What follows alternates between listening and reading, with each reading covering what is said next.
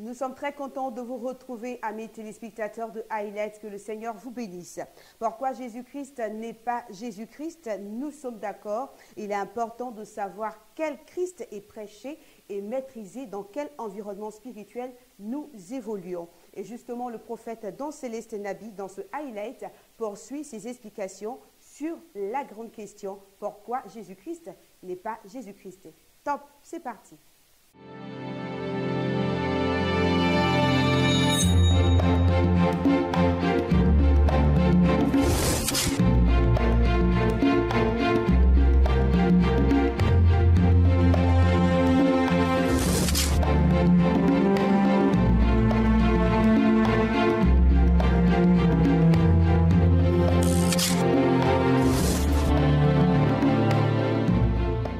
Shalom, shalom. Nous sommes là pour donner suite à cette thématique. Savoir Jésus-Christ, ça n'est point Jésus-Christ. Paix sur vos maisons. Alors, pourquoi est-il si important de positionner Christ au premier plan de toutes choses dans la foi chrétienne? Pourquoi la nécessité pour vous de savoir qui est Christ et pour nous d'expliquer qui est Christ? Primo, sachez que tout d'abord, il faut savoir qu'un faux Christ conduira inéluctablement à un faux salut, à un démon, au diable et à l'enfer. Par rapport à cette problématique, plusieurs cas de figure subsistent dans la grande chrétienté. Nous avons en effet deux familles de sectes. Nous avons la famille des sectes dites non christiques, c'est-à-dire celles qui ne parlent pas ou point de Jésus-Christ. Et puis nous avons à côté la famille des sectes pseudo-christiques, c'est-à-dire celles qui parlent de Jésus-Christ, mais d'un faux Jésus-Christ, de faux Jésus-Christ. Secondo, comme raison, il faut savoir que les Écritures nous mettent très sérieusement en garde sur cette réalité de perdition à travers l'une des formes d'idolâtrie les plus subtiles, savoir les faux Christ qu'on adore sans le savoir. En la matière, le doyen et très expérimenté Jean, l'apôtre de Jésus-Christ, a été très clair et tranché. Il dit ceci en 1 Jean 5, le verset 21. « Gardez-vous des idoles ». Alors la question logique, c'est celle-ci. Mais qu'est-ce une idole? Vous savez, pour la plupart du temps, les gens pensent qu'une idole, c'est un bois, une figurine, etc., etc. Mais ça n'est pas que ça, une idole. Ça, ce n'est que la forme traditionnelle, archaïque, stupide, primaire, grossière et mécanique d'idolâtrie. Dans ce texte-là, l'apôtre Jean ne parlait point de bois ni de figurines. Soyez-en certains. Quand l'apôtre Jean commande de fuir l'idolâtrie, il s'adresse à qui? Il ne s'adresse pas à des païens, il s'adressait à des chrétiens. Mais il ne s'agissait pas de bois, de figurines ou autres idoles visibles ou physiques que nous connaissons. Mais l'apôtre Jean, en tant qu'homme éclairé et avisé, expérimenté, ayant personnellement marché avec Jésus-Christ, il parlait de faux Christ. Et le contexte l'atteste fort bien. Nous en viendrons au détail pour ne pas vous méduser par l'herméneutique dans son sens le plus profond. Et enfin, tertio, pourquoi en parler? Pourquoi aborder une telle thématique? La dernière raison qui justifie donc la nécessité pour nous d'expliquer qui est Christ, c'est que la foi chrétienne et la croissance du chrétien se vivent sous 4 autorités. Celle de Christ, celle du Saint-Esprit, celle des Écritures et celle d'une communauté. Nous avons parlé de l'autorité de Christ. Concernant le fait que la foi se vive sous l'autorité de Christ, nous sommes venus dire aux chrétiens, attention à tous ceux-là qui se camouflent derrière le terme générique de Dieu et qui savent très bien dans leur cœur qu'ils ne parlent pas du même Dieu que nous, qui n'adorent pas le même Dieu que nous. Nous, notre Dieu, ce n'est pas un Dieu générique. C'est un Dieu qui s'est manifesté à la personne unique de notre Seigneur Jésus-Christ. C'est cela même l'incarnation. Dieu fait homme. Et je viens vous dire que Jésus-Christ, ce n'est pas la manifestation de Dieu. Jésus-Christ n'est pas une manifestation, ni une dimension. Jésus-Christ, c'est Dieu manifesté aux hommes. Dieu qui est descendu lui-même dans sa création pour faire un sacrifice historiquement scellé. Encore attention à toutes ces personnes qui sont incapables de prononcer le nom de Jésus-Christ lors de leur intervention. Suivez-la bien. Ils ne parlent que de Dieu, Dieu, Dieu, mais pas de Jésus-Christ, ni de son sacrifice. Dieu, Dieu, Dieu, vous parleront-ils? Mais de quel Dieu parle-t-il au juste? Suivez-la bien. Ils peuvent facilement faire 30 minutes de logorée sans faire mention du nom de Christ. Si ce n'est au passage, la logorée, c'est le bavardage reconnu aux alcooliques. Suivez-la bien. Ils ne vous parleront jamais du sacrifice de notre Seigneur Jésus-Christ. Suivez-la bien. Ils sont incapables de prêcher contre le péché de façon à conduire les gens véritablement à la repentance. Ils cajolent le péché lors de leurs interventions. Ils lui passent la pommade là-dessus. Suivez-la bien. Ils sont incapables de prêcher sur le retour de Jésus-Christ. De prêcher la mort de Jésus-Christ et sa résurrection. Ils ne le peuvent pas parce qu'ils n'y croient point. Et d'ailleurs, leur vrai maître, le diable, leur défend absolument. Que prêchent-ils donc? Mais ils prêchent la doctrine de leur vrai maître. Ils prêchent les choses de la terre. Donc, l'évangile de la prospérité, c'est des tombeaux blanchis. Lorsque tu entres en contact avec eux, tu meurs spirituellement. Tu es dépouillé spirituellement. Et même matériellement, c'est des pilleurs. Ils sont du monde. Par conséquent, ils ne peuvent prêcher que les idéaux du monde, les standards du monde. C'est pour cela qu'ils prêchent leur voiture. C'est pour cela qu'ils prêchent leur costume. C'est pour cela qu'ils prêchent leur nationalité. On n'en a que faire de vos voitures. Christ n'est pas venu à la croix pour acheter les voitures. Alors, d'un point de vue christologique, la christologie, c'est l'étude de la personne et du ministère de Jésus-Christ. Donc, d'un point de vue christologique, sachez que les sectes diffèrent, même si elles visent le même objectif. Cette différence-là, c'est en termes de catégorisation. Nous avons parlé il y a de cela quelques semaines de deux types de sectes.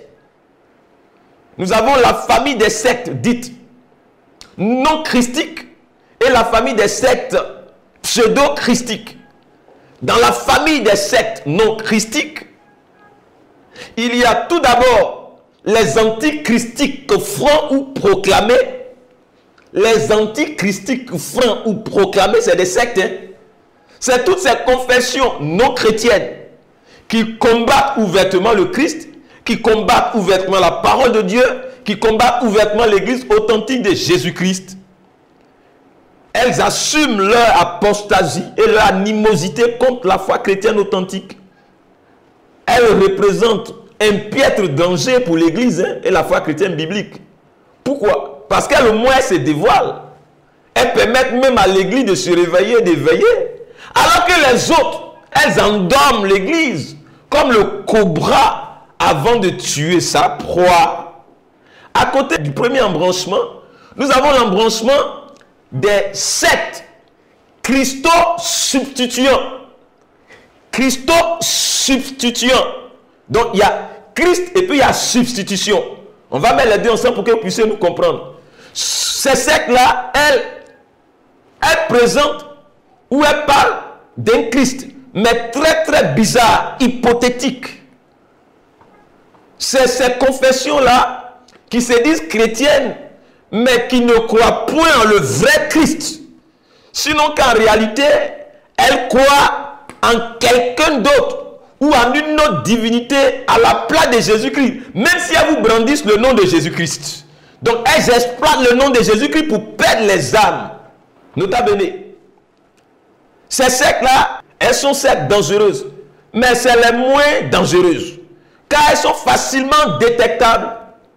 Et d'ailleurs, ce ne sont pas elles qui sont surtout à l'ordre du jour, dans ce que nous exposons en ce jour. Les sectes pour lesquelles nous osons parler en ce jour, c'est la famille des sectes dites pseudo-christiques, qui parlent de Christ, qui prêchent Christ, qui enseignent Christ, mais de faux Christ. C'est surtout elles qui nous intéressent dans le cadre de cette émission spéciale. Et là, nous avons les embranchements suivants. Nous avons l'embranchement des Christos hybrides. Retenez cela. Les Christos hybrides. C'est les confessions. C'est les églises. C'est ces pasteurs et autres guides religieux qui présentent un cocktail. Vous entendez le mot hybride, hein? Mélange. Un cocktail de Christ et d'autres choses. Ou même un cocktail de Christ avec une autre personne. Une sorte de mixture de Christ plus autre chose et ou une autre personne. Du genre un goût déguisé en Christ. Parlant Christ, mais tout en l'éclipsant malicieusement à la pratique. C'est-à-dire qu'à la pratique, vous allez voir, c'est le gourou là même qui est le Christ. Même s'il prétend prêcher, enseigner et pratiquer Christ.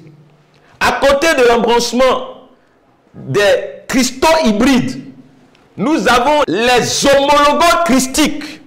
Ne vous embarrassez pas les terminologies, mais c'est les explications qui sont intéressantes. C'est parce qu'il faut les qualifier, je suis obligé de le faire pour qu'on puisse me comprendre. Les spécialistes me comprennent, vous, je me charge de vous expliquer, mais eux, ceux à qui j'ai affaire là, ils me comprennent. Donc, je parle des homologos christiques. Donc, il y a la question d'homologuer, homologuer, et puis il y a Christ dedans, on va mettre les deux ensemble. C'est toutes ces confessions chrétiennes qui prêchent Christ, mais un Christ très particulier, un Christ qui aurait un ou plusieurs homologues. Voilà. Un Christ qui aurait un ou plusieurs homologues. Un Christ qui aurait un médiateur ou un comédiateur ou un co-rédempteur. Ouais. Donc, partout on vous parlera d'un comédiateur ou d'une médiatrice de Jésus-Christ, sachez que vous retrouvez ipso facto d'un secte. Parce que la Bible est claire dans 1 Timothée 2, le verset 5. Il y a un seul Dieu et un seul médiateur entre Dieu et les hommes, Jésus-Christ. Aucun autre nom n'a été mentionné. Et là, dans les homologos christiques, il s'agit d'un Christ qui aurait un ou des clones, des sosies, des substituts, des succédanés, des apparentés. Vous voyez, celle-ci prêche la parole de Dieu, mais dans le même temps, elles déforment intentionnellement ces paroles. Elles ont une théologie lourdement basée sur des dogmes plutôt que sur les saintes écritures bibliques. Quand ils les interrogent sur quoi repose leur croyance au regard des Écritures, ils vont vous dire non, que c'est les dogmes. À côté de cet embranchement, il y a l'embranchement des christodéicides.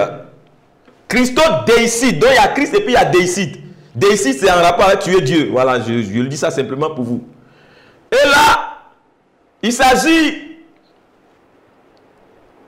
d'un vrai Christ dont on fait la promotion, mais du bout des lèvres. D'un vrai Christ, mais dont on nie l'existence dans le secret. Vous voyez? C'est-à-dire qu'il y a une double facette. À la pratique, on présente, on le présente, c'est lui, hein, mais on ne l'adore pas. Donc, il n'est pas là en réalité. Ce n'est juste que de l'enveloppe. C'est-à-dire qu'ils ne croient point eux-mêmes dans le fond, dans leur cœur. Ils ont leur véritable divinité secrète. Et de temps à autre, leur vraie foi les trahit lors de certains enseignements, de certaines prédications qu'ils donnent, pendant lesquelles ils vont vous présenter, parler d'un Christ très bizarre et intriguant. Ils ont des positions christologiques très ambivalentes, mitigées et douteuses par rapport à la personne de Jésus-Christ de Nazareth tel qu'il est révélé dans la Bible. On ne sème pas très bien leur conception de Christ. leur compréhension de Christ, il lui conteste très subtilement et habilement sa divinité, sa déité. Il dépouille Christ de ce qui fait de lui Dieu. Il sème le trouble, le doute et la confusion dans les esprits. C'est en réalité cela leur vraie mission. Tout le reste que vous voyez n'est que de la poudre aux yeux, de l'enroba, de la poudre de perlimpinpin. Ils sont très subtils. Ils ont des enseignements très bizarres sur notre Seigneur Jésus-Christ, dont ils vont jusqu'à dire que c'est une figure hypothétique. Des fois même un personnage historiquement monté de toutes pièces, si ce n'est pour dire que c'est une dimension. Jésus-Christ n'est pas une dimension, Jésus-Christ est Dieu. Vous savez, leur vraie motivation, c'est de démontrer que Jésus n'est pas le Christ ni Dieu, ni le seul Christ. Ils estiment que Jésus-Christ n'a jamais été celui en qui nous, chrétiens authentiques, nous croyons à travers les Saintes Écritures. Ils sont dangereux. Nous avons également les Christo-hypocrites. Donc ça se comprend. C'est bien ceux-là qui font semblant de présenter Christ, alors qu'à la vérité, c'est bien une autre divinité, d'autres divinités qu'ils adorent. Ils usent malicieusement de fausses doctrines et de séduction doctrinale pour justifier leurs pratiques apparemment bibliques. Ils le font avec tact et délicatesse, dextérité, maestria. C'est des espèces surentraînées dans les labos de la manipulation, de l'endoctrinement, de l'envoûtement et de l'ensorcellement. Ils donnent l'impression d'être dans les écritures bibliques et de s'accorder avec elles. Quoique non. Parce qu'à la vérité, ils renient ce qui fait la force des saintes écritures bibliques. Ils ont des enseignements très bizarres et expressement voulus confus sur notre Seigneur Jésus-Christ, dont ils vont jusqu'à dire que c'est une énergie, une dimension, un niveau supérieur à celui de Jésus. Créer ainsi une personnalité dichotomique. Et Jésus qui est différent du Christ. Et là, je tiens à vous dire que c'est des gigantesques centres de perdition massive d'âmes. En réalité, ils vouent tous leurs fidèles à d'autres divinités, sinon à Satan et à ses démons, pour être condamnés avec eux dans le temps de feu et de souffle. Ils sont cyniques. En général, ceux-ci se camouflent derrière le vocable générique de Dieu. Ils font très rarement mention du nom de Jésus-Christ, de son sacrifice expiatoire et propitiatoire, de sa résurrection, de son avènement et de l'enlèvement à venir. Il parle très rarement de la sanctification et presse très rarement contre le péché. En réalité, ils ne croient point en toutes ces choses. Ils ont leur confession de foi secrète en le diable quelque part. Leurs messages ne sont point christocentriques, c'est-à-dire centrés sur Christ, mais il s'agit de messages ésotérico-centriques, c'est-à-dire un mélange de Bible et puis de techniques d'enseignement ésotérique moulés ensemble. C'est des enseignements égocentrés et humanicentrés sur les égos de l'homme, essentiellement axés sur les choses de cette terre et la gloire de ce monde. Ils n'ont que faire du royaume des cieux de sa justice. En réalité, ils combattent Christ, ils combattent la parole de Dieu et ils combattent l'église authentique. C'est les plus dangereux. Ils opèrent en mode rétroviral. Ils ne savent point notre Maître Jésus-Christ. C'est des infiltrés, des imposteurs embusqués dans la chrétienté. Combien d'intelligence, de piliers, de gloire Dieu n'a-t-il pas fait don aux familles? Et pourtant, la sorcellerie continue de les détruire, endeuillant des familles entières désormais livrées au désespoir et à la pauvreté. Jusqu'à quand? Gloire soit rendue à Dieu par Christ, de ce que le dimanche 16 mai, une équipe a décidé de se dresser contre ce monstre. C'est aux 2 plateaux Agban à partir de 17h avec le prophète Dan Céleste Nabi. Thème, la sorcellerie, pilier du retard des citoyens, des familles et des peuples. Que faire? Venez nombreux à cette 2e édition de Keter pour une libération authentique en Christ. Viens, car c'est pour toi que le Fils de Dieu a paru pour détruire les œuvres du diable. Viens voir l'onction briser le joug. Contact 07 37 39 03. Shalom. Toutes ces explications-là mises ensemble, internautes et téléspectateurs, nous voyons très clairement que le fait de l'existence de deux blocs de sectes pernicieuses, dont l'un opérant en dehors de la chrétienté, les moins dangereuses, et l'autre au sein ou à l'intérieur de la chrétienté, les plus dangereuses, doit nous amener à réfléchir. Vous savez, plus une secte est proche de la vérité, proche de l'authentique, plus la contrefaçon est parfaite et plus elle est potentiellement dangereuse. C'est comme ça que ça marche. Plus une secte se rapproche de l'authentique, plus elle est insoupçonnable, plus la sécurité en matière de garantie de perdition des âmes est certaine, plus elle est donc utile au diable, plus elle est l'instrument du diable. Dans tous les cas, nous avons le bloc des sectes pernicieuses non chrétiennes et puis le bloc des sectes pernicieuses pseudo-chrétiennes. Et ce dernier bloc, qui est le bloc des sectes pernicieuses pseudo-chrétiennes, c'est-à-dire apparemment chrétiennes, qui combattent malicieusement l'église authentique, ce dernier bloc-là, c'est ce bloc-là qui opère à l'intérieur de la chrétienté. Leur vraie mission, c'est d'infiltrer, fusionner l'église par le moyen de l'œcuménisme et phagocyter l'église authentique et anéantir la foi biblique. C'est le bloc de ceux-là que nous appelons les ennemis de l'intérieur. Ceux-là, ils opèrent soit par une théologie dogmatique, c'est les moins dangereux, soit par une théologie biblique, mais rendue expressément erronée avec beaucoup de génie et de tact. Et cela, je tiens à vous dire, ils sont extrêmement dangereux. Vous savez, il y a en effet deux types de théologie, avec à l'intérieur de ces deux types-là, plusieurs spécialités, en fonction de l'élément de base sur lequel on veut mettre l'accent. Quand l'accent est mis sur les dogmes, on parlera de théologie dogmatique. Et quand l'accent est mis sur les écritures bibliques, en ce moment, on parle de théologie biblique.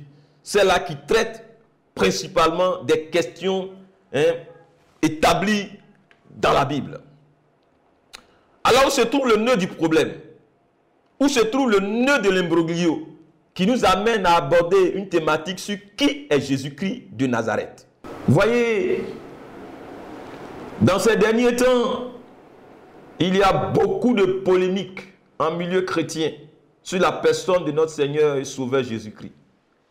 Beaucoup de choses se disent sur lui, mais nous aimerions informer les uns et les autres que nous ne sommes pas tellement préoccupés parce que le monde païen parle de Jésus-Christ, mais parce que les chrétiens et les églises qui se réclament de Jésus-Christ pensent et disent de lui. Parce que cela engage le salut de tous ces croyants sincères qui y sont. À ce propos, nous aimerions sincèrement remercier tous ceux-là qui, courageusement, ont jusqu'ici pris la responsabilité de clarifier les choses en la matière avec politesse, courtoisie et respect, afin que le peuple de Dieu soit éclairé. Infiniment merci à chacun d'entre vous tous. Nous sommes pour que des voix autorisées et des personnes qualifiées au niveau doctrinal, ayant fait leurs preuves et ayant de l'expertise et expérience en matière doctrinale et ministérielle, prennent leurs responsabilités pour venir trancher, afin que tout équivoque soit levé, pour que le corps de Christ soit affranchi du joug amer de la confusion et de l'obscurantisme. Cela est d'autant plus important qu'il s'agit d'une question de salut des âmes. Pour preuve, nos maîtres, notamment Augustin Martin Luther, de dire « L'homme n'est pas sauvé parce qu'il croit, c'est-à-dire par le fait qu'il croit, à cause du fait qu'il croit. Mais l'homme est sauvé parce qu'il croit, c'est-à-dire par ce qui fait l'objet de sa croyance, ce en lequel il croit, ce qui fonde sa croyance, le contenu de sa croyance. » Et en la matière, sachez qu'en cela, le credo doctrinal de chaque dénomination est très important. Le credo doctrinal, c'est le contenu résumé de l'ensemble de ce en lequel l'église locale, la dénomination ou la confession croit. Oui, qu'il soit clair pour tous qu'un contenu erroné de croyance conduit inéluctablement en enfer. En tout cas, pas au ciel.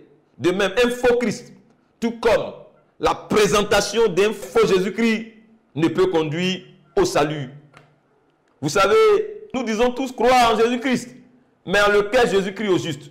C'est bien le temps de se rendre compte qu'il est évident que Jésus-Christ, ce n'est pas Jésus-Christ. Christ, ce n'est pas Christ. Il faut le dire. Nous ne nous accordons point avec ceux-là qui disent que les questions de doctrine ne sont pas importantes, mais que le plus important, c'est que nous ayons tous Jésus-Christ. Nous ne sommes absolument pas d'accord avec de telles personnes. Nous disons que c'est faux et archi faux. Que nous ayons tous Jésus-Christ, ok, d'accord, mais quel Jésus-Christ? Si c'est le même Jésus-Christ, le vrai Jésus-Christ, ok, d'accord. Pourquoi? Mais parce que c'est très clair. Il est clair que le Jésus des anti-trinitaires, subordinaciens, j'aurai le temps d'expliquer tout ça, est modaliste. Ce n'est point dans Jésus-Christ à nous. Il est clair que le Jésus-Christ ésotérique des sociétés secrètes, ce n'est point dans Jésus-Christ à nous. Il est clair que le Jésus-Christ des ébionites, des docétistes, des arianistes, des apollinaristes, des nestoriens, des eutychiantistes, ce n'est pas dans Jésus-Christ à nous. J'aurai le temps d'expliquer tous ces groupes-là, des sectes-là. Il est clair que le Jésus-Christ des pélagiens, des monophysites, des sabellianistes, des sociniens, des unitariens et autres, ce n'est pas dans Jésus-Christ à nous. Il est clair que le Jésus-Christ du New Age, ce n'est pas le Jésus-Christ à nous. Il est clair que le Jésus-Christ des mouvements écuméniques, ce n'est pas dans Jésus-Christ à nous. Parce que c'est clair. Le Jésus-Christ qui est encore sur la croix, ce n'est pas dans Jésus-Christ à nous. Le Jésus-Christ que les uns et les autres vont pleurer sur la tombe en Israël, ce n'est pas dans Jésus-Christ à nous. Parce que le nôtre, il a été clair. Il est sorti du tombeau, il a de cela plus de 2000 ans. Il ne nous a jamais demandé d'aller le pleurer en Israël. Mais il a plutôt dit, allez partout et faites de toutes les nations des disciples. Pourquoi cherchez-vous le vivant parmi les morts, avait dit l'ange? Il faut qu'on nous clarifie très clairement de quel Jésus-Christ il est question. Et justement, c'est là qu'intervient la portée de l'incontournabilité de la doctrine, de la saine doctrine. La Bible elle-même le confirme. La foi qui sauve, c'est moi qui complète, vient de ce qu'on entend. Et ce qu'on entend vient de la parole de Christ, le vrai Christ. Donc si ce n'est pas le vrai Christ, comment est-ce qu'il peut te communiquer la foi qui sauve? Romains 10, 17. Aucune foi salvatrice ne vient d'un faux Christ, ni d'un Christ erroné. Aucun salut ne vient d'un faux Christ. Ça c'est clair. La foi qui sauve est incontestablement liée à ce qu'on entend, ce qu'on comprend de la parole du vrai Christ. Quel que soit où sera la beauté, là est la logique des enseignements chrétiens. La logique d'une doctrine, la beauté d'une doctrine. Si cela n'est pas centré sur le vrai Christ, si cela n'est pas inspiré par le vrai Christ, il n'y a point de salut à travers un tel enseignement, sinon qu'il ne s'agit que de la perdition éternelle. Ce n'est donc pas en vain que l'apôtre Paul a recommandé aux chrétiens de Corinthe, dans 2 Corinthiens 13:5, de s'examiner eux-mêmes pour savoir s'ils sont dans la foi. Il s'agit bien des chrétiens, il ne s'agit pas des païens. On peut penser être dans la foi, alors que non. Un examen méticuleux s'impose donc à nous tous, quant à l'authenticité et à la certitude de ce qui fonde notre foi. Cet exercice dont parle l'apôtre Paul est fondamental, puisque ceux qui vont le négliger s'exposent à une tragédie éternelle. Je vous ai lu tout à l'heure, Matthieu 7, 23.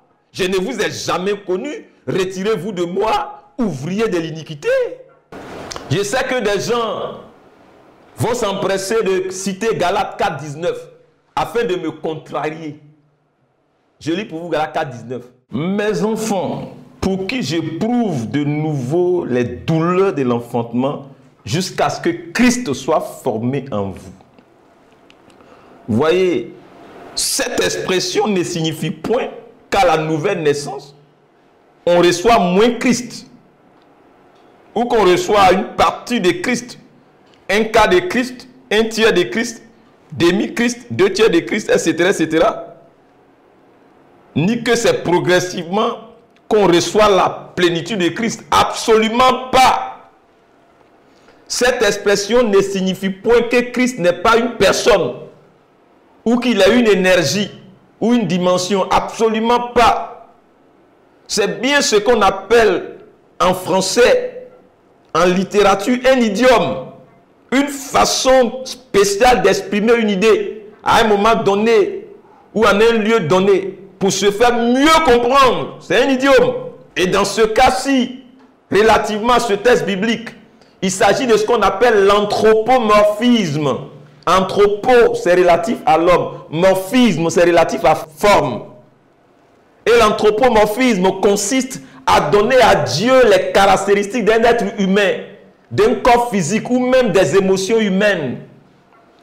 C'est une façon de faire connaître les réalités spirituelles, difficiles à saisir par l'entendement humain en utilisant des terminologies humaines.